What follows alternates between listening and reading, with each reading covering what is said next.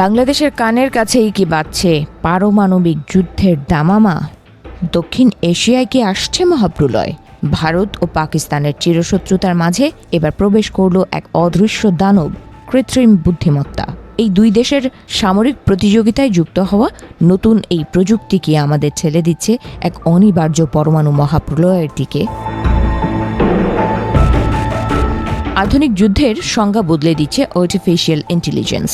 একসময় যুদ্ধের ময়দানে সিদ্ধান্ত নিতে যেখানে ঘন্টার পর ঘন্টা সময় লাগত, এখন এআই এর কল্যাণে তা ঘটছে চোখের পলকে।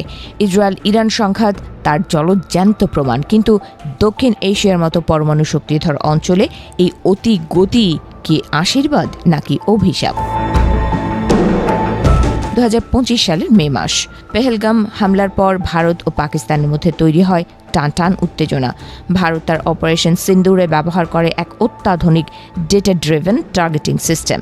দাবি করা হয় ড্রোন এবং স্যাটেলাইট থেকে আসা তথ্যের ভিত্তিতে 94% নির্ভুলভাবে লক্ষ্যবস্তু ধ্বংস করেছে এই সিস্টেম। কিন্তু এই নির্ভুলতার আড়ালেই লুকিয়েছিল এক ভয়ঙ্কর ফাঁদ। যুদ্ধের ময়দানে এআই এখন তথ্য ফিল্টার করছে, টার্গেট অগ্রাধিকার দিচ্ছে এবং মানুষের আগেই সিদ্ধান্ত তৈরির সুপারিশ করছে। আগে যেখানে রাজনৈতিক বা সামরিক আলোচনার সুযোগ থাকত, এআই সেই সময়কে সংকুচিত করে দিয়েছে। সেকেন্ডের ভগ্নাংশে নেওয়া একটি ভুল সিদ্ধান্ত মুহূর্তেই বদলে দিতে পারে পৃথিবীর মানচিত্র।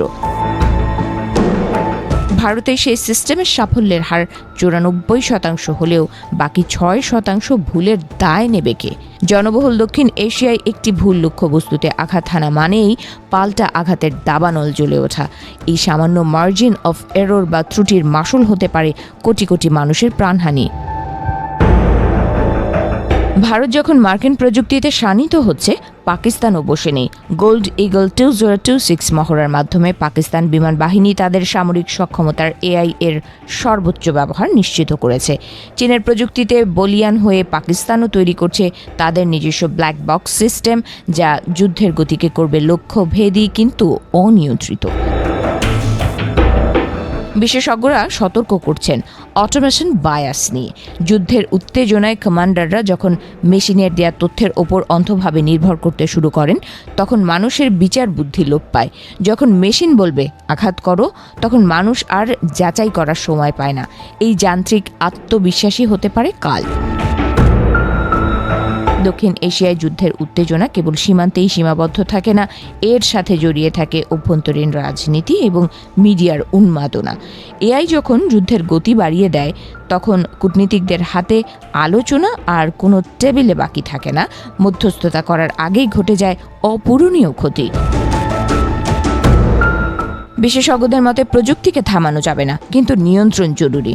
ডেটা গভর্নেন্স এবং মানবিক তদারকি ছাড়া এই প্রযুক্তি আসলে একটি আত্মঘাতী অস্ত্র।